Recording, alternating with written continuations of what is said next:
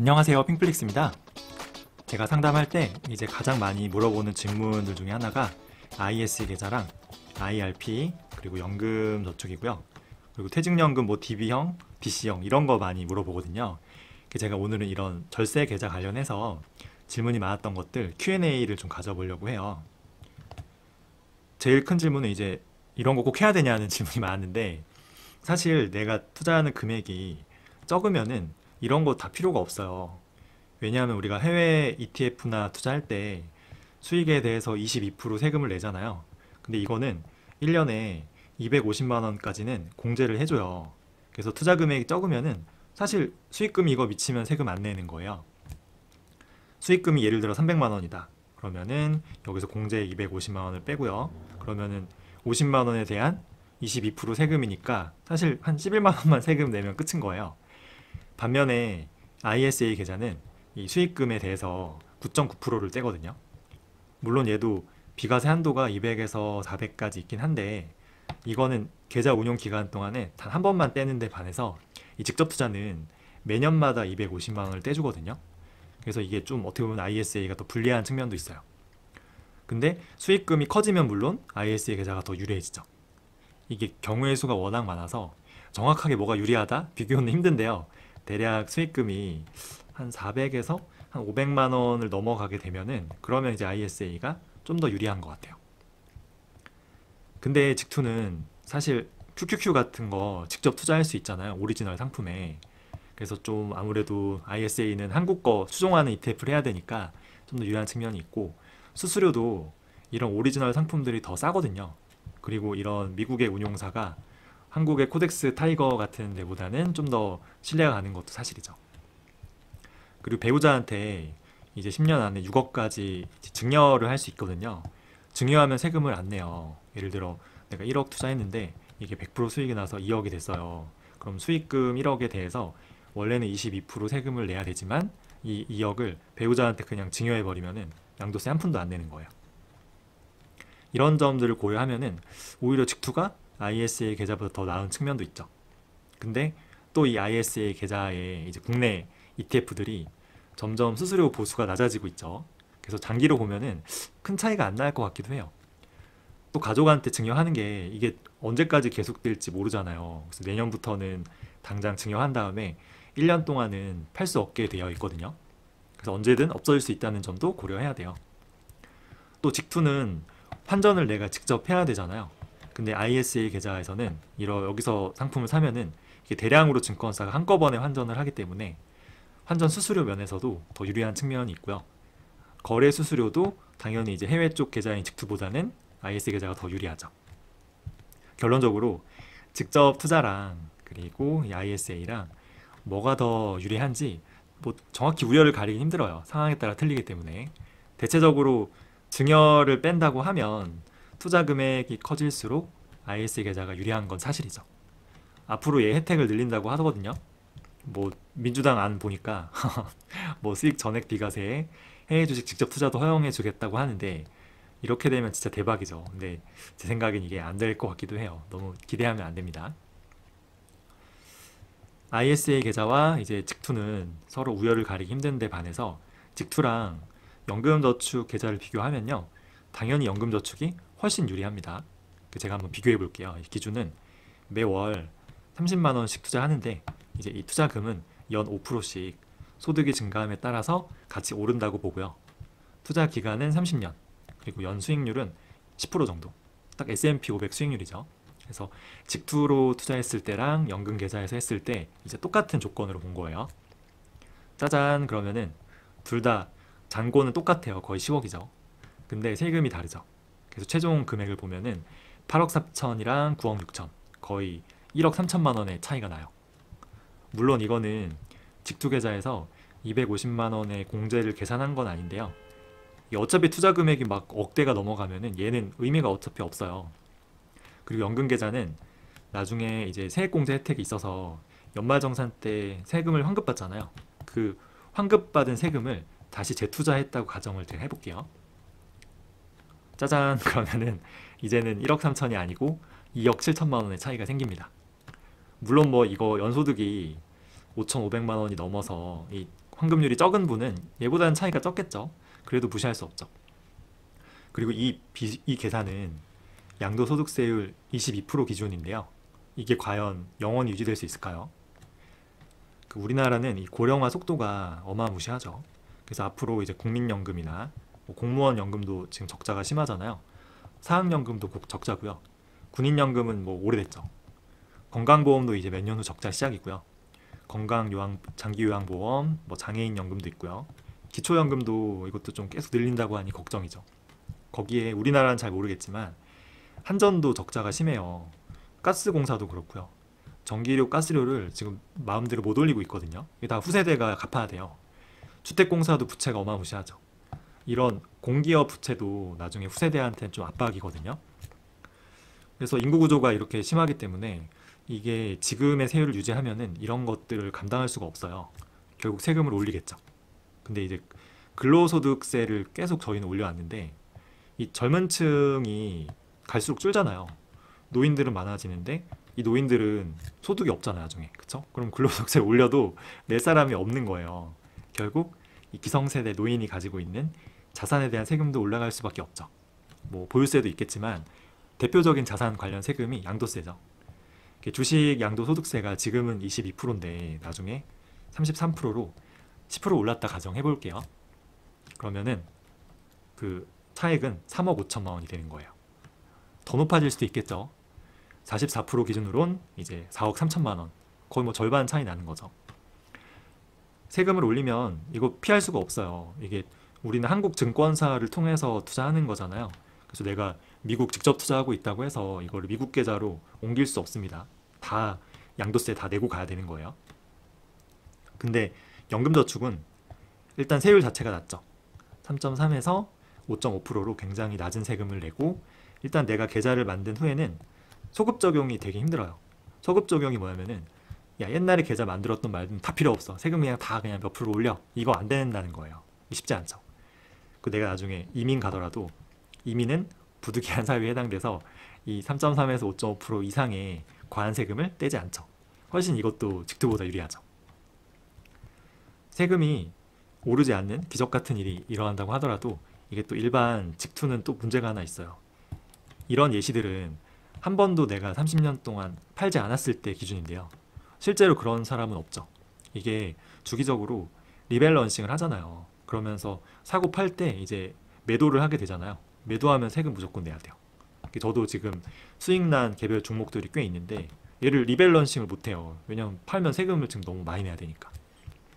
나는 팔지 않을 거야. 매도 없이 그냥 수십 년간 나는 주식을 모으기만 할 거야. 이런 분도 있죠. 저도 사실 몇 년 전에 이랬어요.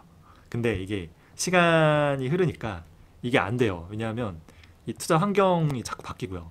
내 투자 스타일도 바뀌어요. 세월이 가잖아요. 그럼 제 가치관도 바뀌기 때문에 한 번도 안 팔고 모으기만 하는 건 힘듭니다. 그러니까 저만 해도 저는 원래 나스닥 그리고 반도체, 성장주, 하이리스크, 하이리턴 투자였는데 지금 점점점 배당 성장 쪽으로 옮겨가고 있거든요. 그러면 이거 옮길 때 매도해야 되잖아요. 그럼 세금을 내야 돼요. 너무 주가가 좀 과열되었을 때는 일부 현금화도 필요하잖아요. 그러면 현금화 할 때 또 세금을 또 내야 되잖아요. 그러니까 이게 금액이 커질수록 세금이 답이 없다는 생각이 저도 많이 들더라고요. 근데 이제 ISA나 이제 연금저축계좌는 내가 계좌 밖으로 출금만 하지 않으면은 10억의 시세차익이 나든 심지어 뭐 100억의 시세차익이 나든 당장 세금은 한 푼도 떼지 않아요. 그러니까 온전히 복리로 내 자산을 굴릴 수 있는 거죠. 뭐 어려운 말로 뭐 과세 이연이라고 하는데 이 혜택이 어떻게 보면 정말 좋은 거예요. 이거는 3년에 포트폴리오의 30%씩 이제 리밸런싱 하면서 수익 실현했다고 본 거예요. 그렇게 되면은 이제 연금저축 계좌와의 차이는 5억이 넘죠. 얘는 22% 양도세율 그대로 반영인데 이게 만약에 중간에 오르게 되면은 이 차이는 더 커지겠죠. 물론 이 시뮬레이션은 이제 연 10%씩 꾸준히 수익이 났다는 가정이잖아요. 그리고 250만 원의 공제도 사실 계산은 안 했고요. 세액공제 한도도 계산 제가 안 했어요. 그리고 배우자한테 6억 증여 공제도 고려하지 않았기에 이게 뭐 아주 페어한 그런 비교는 아니에요. 그래도 연금저축계좌가 진짜 혜택이 많은 건 확실하거든요. 그래서 결론적으로 직투랑 ISA 계좌는 얘는 조금 고민될 수 있을 것 같아요. 근데 직투랑 연금저축 계좌를 비교하면은 당연히 연금저축 계좌가 낫죠. 두 번째 질문은 그 연금저축이랑 IRP는 세금 혜택이 똑같아요. 그래서 이 두 개 중에 그러면 뭐 해야 되냐 많이 물어보시는데 당연히 연금저축입니다. 왜냐하면 얘는 100% 자유롭게 투자할 수 있어요. 내 돈이니까. 근데 IRP는 내 돈인데도 제약이 있어요. 70%만 투자할 수 있고 나머지 30%는 국채같이 안전자산에 묶어놔야 돼요. 근데 얘네 둘 다 만 55세까지는 못 찾거든요. 그러면은 청년들 입장에서는 한 2, 30년 굉장히 장기 투자해야 되잖아요. 40대인 제 입장에서도 거의 15년 이상 투자해야 돼요.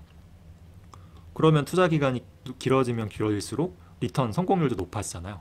그럼 당연히 공격적으로 투자하는 게 맞죠. 100% 투자해야죠. 왜 내 돈인데 이렇게 못 투자하게 막는 건지 사실 이해할 수가 없죠. 그 나이가 어릴수록 IRP보다는 연금저축이 훨씬 유리해요. 아까 얘기했지만 이민 갈 때도 연금저축은 저율로 과세하고 끝인데 IRP는 이게 부득이한 사유에 해당되지 않아서 16.5% 세금 다 내고 가야 돼요. 그러니까 얘가 훨씬 유리하죠. 다만 연금저축은 세액공제 혜택이 한도가 이제 연 600만 원까지밖에 안 돼요. 그래서 내가 소득이 높아서 추가로 더 받고 싶다 그러면은 300만 원 나머지 혜택은 이제 IRP로 만들어야 돼요. 그러면은 계좌가 일단 IRP랑 연금저축이랑 두 개로 분리가 되고요. IRP에 30% 자금은 또 묶이게 되죠.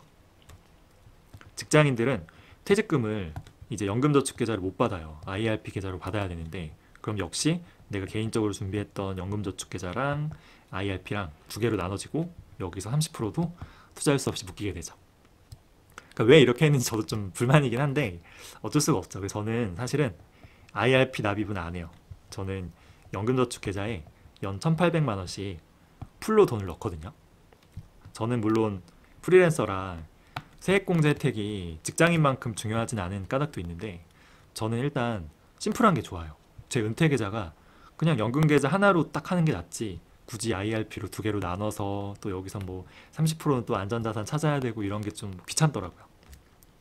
그리고 세액공제를 이제 이렇게 하면은 600만 원만 받잖아요. 나머지 1200만 원은 세액공제 혜택이 없는 거죠. 이게 꼭 손해가 아닌 게 세액공제를 내가 못 받은 돈은 언제든 내가 자유롭게 출금할 수 있어요. 그러니까 이것도 뭐 꼭 엄청 손해라고 보긴 힘들어요. 직장인들이 퇴직금을 내가 IRP 계좌로 받았다. 그러면 두 가지 선택이 있는 거죠. 1번은 그냥 IRP로 꾸준히 은퇴 자금으로 운용하는 거예요. 2번은 이거 그냥 해지하는 거야. 깨버리고 깬 돈을 내 원래 연금 계좌에 합치는 거죠. 이렇게 했을 때는 이제 퇴직 소득세를 내야 돼요. 세금 면에서는 1번이 낫긴 한데 이제 막 계좌 나뉘고 저처럼 IRP 신경 쓰는 게 귀찮은 분들은 이제 2번이 더 나을 수도 있죠.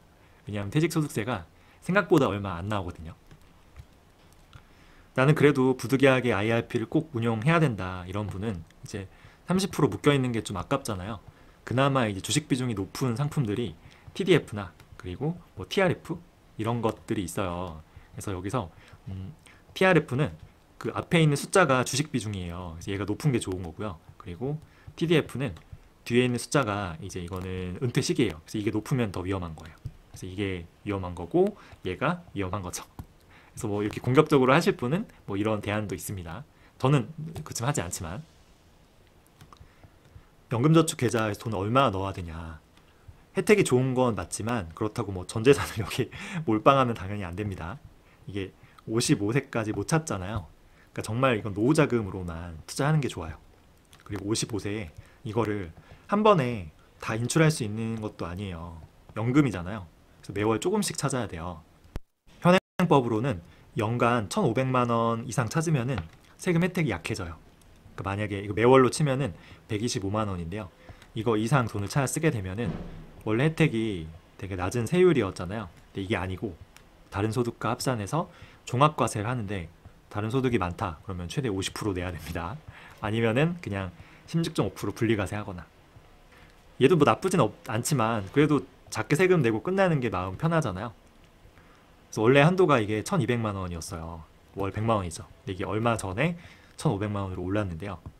제가 이제 55세가 되는 그때는 이 화폐 가치가 반영돼서 더 늘어나지 않을까 싶습니다. 저는 한 200까지 늘어났으면 좋겠는데 예를 들어 내가 연금계좌에서 한 150만 원을 이제 생활비로 꺼내 쓰고 싶다. 그러면은 12개월 하면 이거 1,800만 원이잖아요. 이거에 25배 하면은 내 은퇴 자금이 계산이 돼요. 이게 4억 5천인데요. 4억 5천을 이제 내가 배당주나 아니면 뭐 리츠나 아니면 채권 이런 거에 잘 분산해서 연 4% 수익을 내잖아요. 그러면 이게 4%가 딱 1,800만 원이에요. 그러니까 한 달에 150만 원 생활비 쓸 수 있는 거죠. 배우자랑 내가 같이 연금 계좌에서 4억 5천을 각각 준비하면은 한 사람당 월 150이니까 둘이 합치면은 300만 원의 생활비가 준비되는 거죠. 그러니까 여기에 또 국민연금도 있고요. 주택연금도 받을 수 있고 일반 계좌에서 배당금도 받고 또 노후에 뭐 부업이나 알바 같은 거 좀 하면은 그럼 뭐 은퇴 자금은 충분히 모아지는 거죠. 그래서 특히 20, 30대 청년분들이 노후 자금에 대한 고민을 많이 하시더라고요. 근데 아직 그 시간이 많이 남아 있잖아요. 너무 많은 돈을 투자 안 해도 돼요. 그러니까 지금 가치로 아까 4억 5천을 내가 모으려면은 근데 이거는 지금 가치니까 물가를 계산해 줘야 돼요. 그래서 물가 상승률 2% 기준으로 30년 후에 이제 4억 5천은 이제 대략 8억이 되거든요. 그럼 내가 8억을 은퇴 계좌에 모으면은 준비되는 거잖아요. 30년 후에 8억이 굉장히 커 보이지만 이게 내가 소득 상승률이 연 5%다. 그러면은 지금 기준으로 한 달에 25만 원만 투자하면 돼요. 이거 연 10% 투자 수익률 기준으로. 그러면 최종 잔고가 8억 3천만 원이 되거든요. 그럼 모아지죠. 물론 뭐 10%를 꾸준히 수익 낸다는 게 쉽지는 않죠. 그래서 여기에 퇴직금 엄한데 쓰지 말고 연금 계좌에 잘 모아야 되고요. 국민연금도 잘 납부해야 되고, 그렇죠? 그리고 일반 직투도 어느 정도는 해야겠죠. 대략 제가 계산해 보니까요. 이제 국민연금이랑 퇴직연금 별도로 내가 개인적으로 한 소득의 한 10% 정도를 꾸준히 30년 투자하면은 그럼 어느 정도의 은퇴 자금이 준비되더라고요. 물론 나이가 많을수록 투자 기간이 짧아지잖아요. 그러니까 더 많은 돈을 투자해야 되거든요. 그래서 은퇴 준비의 포인트는 최대한 빨리 빨리 준비하는 게 제일 중요합니다. 그래서 각자 내가 얼마 생활비가 필요할지 이걸 모으려면은 은퇴 시기 얼마를 모아야 할지 이 돈을 모으려면은 매월 내가 얼마나 투자해야 되는지 이게 제일 중요하잖아요. 각자 계산해 보면은 생각보다는 많이 안 필요하네 라는 생각이 드실 거예요. 자, 퇴직연금 DB/DC 뭐가 유리하냐 설명드릴게요. DB는 내 소득이 오르면 퇴직금도 같이 커집니다. 반대로 DC는 내가 투자를 해서 운용 성과를 잘 내야 돼요. 거기에 맞게 퇴직금이 커져요. 즉 내가 소득 상승률이 높을 것 같으면 DB가 유리하고요. 내가 투자 수익률을 잘 낼 수 있을 것 같으면 DC가 유리합니다. 직장인 급여 상승률을 보면은 평균적으로 보면은 한 연 3에서 한 5% 사이죠. 근데 S&P 500의 역사적인 연 수익률은 10%잖아요.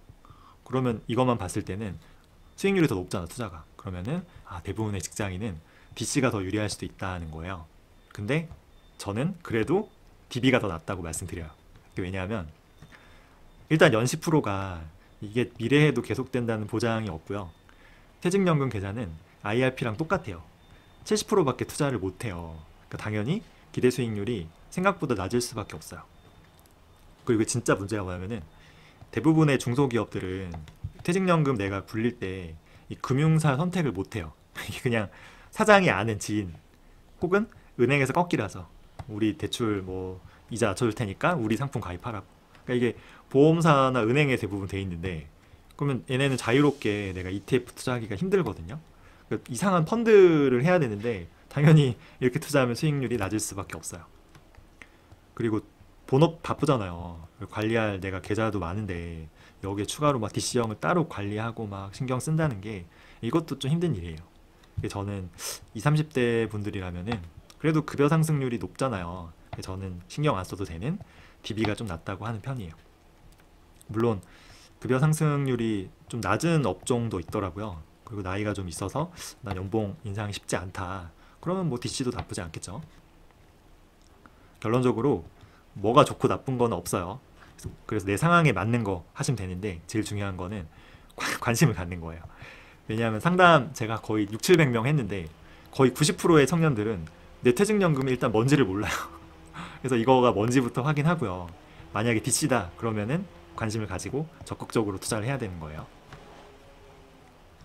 자, 마지막 질문. 변액연금 해야 되냐? 절대 아닙니다. 이거 절대 비추예요.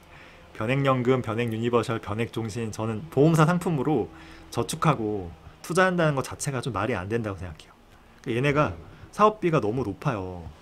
변액연금도 아마 근데 납입하는 돈의 10에서 15%를 일단 떼고 시작해요. 그리고 그 다음에도 막 이상한 비용으로 계속 뭐가 빠져나가요. 그러니까 이게 너무 수수료 사업비가 세니까 이게 수익이 나긴커녕요. 이게 원금이 안 돼요. 그래서 제가 보니까 얘네 또 채권, 그러니까 펀드에서 채권 비중이 너무 의무적으로 높은 애들도 많아요. 그러다 보니까 수익이 안 나죠. 수익도 안 나는데 비용은 많고 그러다 보니까 원금이 10년 지났는데도 안 되는 분도 제가 많이 봤거든요. 예전에는 뭐 한 10몇 년 전엔 들어보니까 이게 그때는 증권사가 거의 펀드 많이 팔았거든요. 펀드랑 그냥 납입이 끝나고 장기적으로 봤을 때 경쟁해 볼 만도 했어요. 왜냐면 얘네들 수수료가 막 2, 3% 되게 셌거든요. 근데 지금은 펀드 거의 안 하잖아요. ETF 투자가 대세가 되면서 이제는 변액 이런 보험으로 투자한다는 게 완전히 경쟁력을 상실한 것 같아요. 예를 들면 S&P 500 ETF가 보수가 1년에 0.1에서 0.2%밖에 안 돼요. 근데 변액 상품들은 이게 게임이 안 되잖아요. 납입이 다 끝났다고 해도요. 10년 지났다고 해도 최소 이거 한 10배 이상은 더 떼갈 거예요. 그러니까 게임이 안 되죠. 그런 것도 있어요. 여러분 원금 보장해 드릴게요. 아니면은 원금의 2배까지 보장해 드립니다. 뭐 몇 프로의 확정 이율을 저희가 보장해 드릴 거예요. 뭐 이런 상품들이 있는데 이런 옵션 공짜 아닙니다. 다 얘도 수수료 떼가는 거고요. 어차피 노후까지 수십 년 투자하잖아요. 그럼 원금의 최소 몇 배 이상 무조건 되거든요. 근데 이런 거를 보증, 그것도 내 돈으로 한다는 게 이거 완전히 눈속임이죠. 유일한 장점은 내가 이제 수익이 많이 났을 때 세금이 없는 거예요. 비과세 혜택이죠. 근데 너무 사업비가 높고 이제 투자 옵션이 좀 빈약하다 보니까 수익을 내기가 힘든 게 이 최대 단점인데 이 수익 난 거에 세금 없는 게 최대 장점이다. 이게 완전히 좀 패러독스가 있는 거예요. 사실 상담하다 보면은 이 변액 상품이나 뭐 종신보험이나 이 보험사 상품이 좋아서 가입한 청년은 거의 없어요. 다들 청년들도 이미 이런 것들이 안 좋다는 걸 다 알고 있어. 근데 왜 안 하면은 부모님이 권하셔서 부모님, 지인, 친척 어쩔 수 없이 가입한 거예요. 되게 좀 안타깝죠. 저도 처음 사회생활 했을 때 이제 초년생 때 이제 아버지 친구분 아줌마가 오셔서 이제 종신보험, 변액연금 어쩔 수 없이 가입한 거예요. 저한테 속였어요. 이건 보험이 아니고 펀드야, 투자하는 거라 해서 가입했는데 나중에 보니까 둘 다 보험이었죠. 제가 수백만 원의 손실을 보고 해지했던 안타까운 사연이 있는데, 그러니까 이게 부모님 이제 지인이라고 해도요, 친척이라고 해도, 친한 친구라고 해도요, 심지어 그냥 부모님이 보험하신다 그래도 강하게 거절해야 돼요. 그러니까 인생을 살다 보면은 강하게 거절해야 될 때가 있는데요. 왜냐하면 이분들이 이제 보험을 이제 팔면은 수수료 받잖아요. 이 수수료 이익은 잠깐이에요. 딱 한 번 받는 거고요. 금액도 사실 그렇게 크지 않거든요. 근데 한 청년이 이렇게 보험을 일찍 가입해서 잃게 되는 장기적인 기회비용을 계산해 보면요. 이거는 너무 커요. 이 수수료와 비교할 수가 없죠. 그래서 이런 것들은 절대 거절 잘 하셔야 됩니다. 정리하자면은 직투와 이제 ISA 계좌는 장단점이 있어서 직접적인 비교는 힘들다. 근데 내가 증여를 고려하지 않는다면은 금액이 커질수록 ISA 계좌가 유리한 건 맞아요. 그리고 ISA는 좀 그렇지만 연금저축과 직투를 비교하면은 연금저축이 무조건 유리해요. 그래서 내가 노후자금 준비하는 거는 연금저축에서 하시는 게 좋아요. 그리고 나이가 어릴수록 IRP보다는 연금저축이 훨씬 좋습니다. 그래서 연금저축 활용하시면 좋고, 어쩔 수 없이 하는 경우는 이 30% 자산을 잘 투자해야겠죠. 그리고 은퇴자금을 너무 많이 투자할 필요는 없어요. 제가 30년 투자 기준으로 보면은 매월 내 소득의 10% 정도 투자하면은 이게 거의 은퇴 준비 되거든요. 그리고 퇴직연금은 DC형이 좋을 것 같지만 의외로 DB형이 마음 편하고 좋습니다. 단 DC형인 분들은 관심을 가지고 투자 최대한 적극적으로 해야겠죠. 투자 옵션이 좀 ETF 못하는 곳은 최대한 이 펀드 중에서 이 글로벌 주식 비중이 높은 펀드로 선택하시면 될 것 같아요. 그리고 보험사 변액 상품은 이거는 사업비가 너무 커요. 말도 안 됩니다. 절대 하시면 안 되고, 특히 지인들을 조심하셔야 됩니다. 제가 오늘 많은 얘기를 했는데 절세계좌 혜택이 좀 복잡하죠.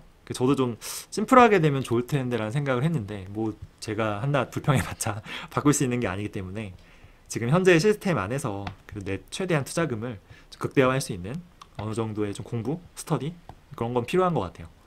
그런 분이 있어요. 이게 야 절세니 세금이니 이런 거 신경 쓸 시간에 내 소득 높일 생각해라. 아니면은 내 투자 수익 높일 공부하는 게 낫다. 이런 분도 있어요. 이런 분도 있지만 근데 이게 내 소득이나 수익률을 높이려면은 이게 정말 노력을 엄청 해야 되잖아요. 그쵸? 근데 이렇게 시간과 노력 투입해서 이게 100% 다시 나한테 리턴 된다는 이 확신이 없죠.